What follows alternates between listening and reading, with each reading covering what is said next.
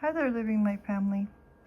I'm here to read the Wisdom of Solomon, chapter 12. For your incorruptible spirit is in all things.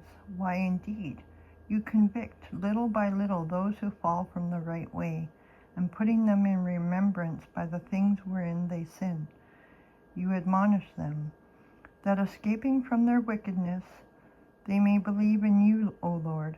For truly the old inhabitants of your holy land, hating them because they practiced detestable works of enchantments and unholy rites, merciless slaughters of children, and sacrificial banquets of men's flesh and of blood, allies in an impious fellowship, and murderers of their own helpless babies.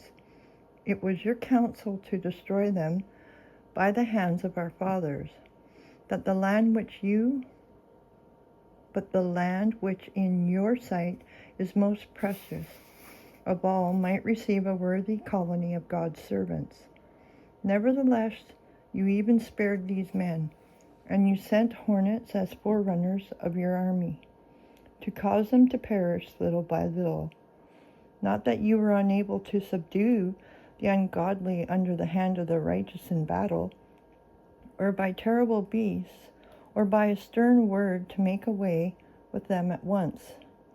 By judging them little by little, you gave them a chance to convert, not being ignorant that their nature by birth was evil, their wickedness inborn, and that their manner of thought would never be changed, for they were a cursed seed from the beginning. It was not through fear of any that you left them unpunished for their sins. For who will say, what have you done, or who will withstand your judgment? Who will accuse you for the perishing of nations which you caused? Or who will come and stand before you as an avenger for unrighteous men?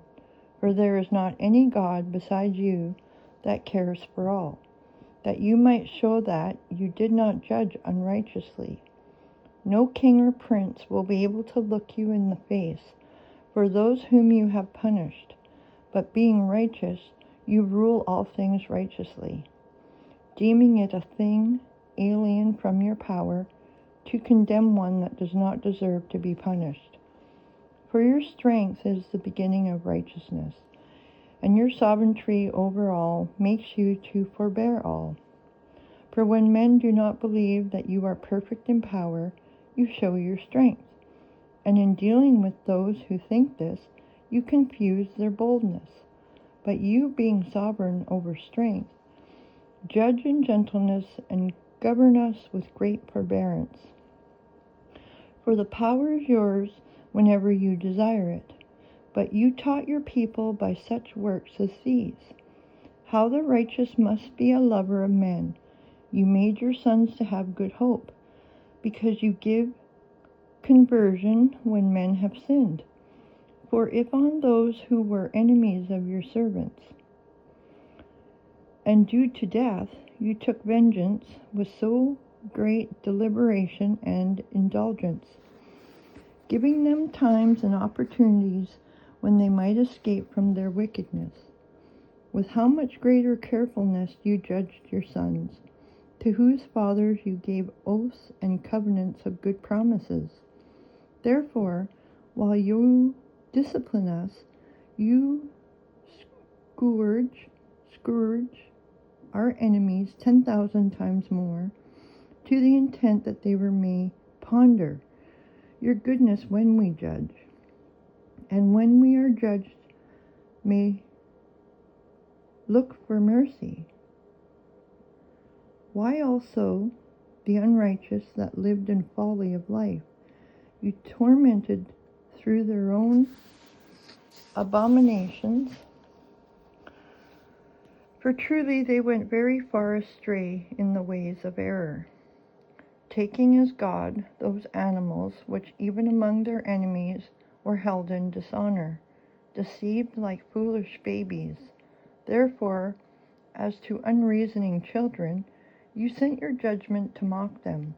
But those who would not be admonished by a mocking correction, as of children, will experience a judgment worthy of God.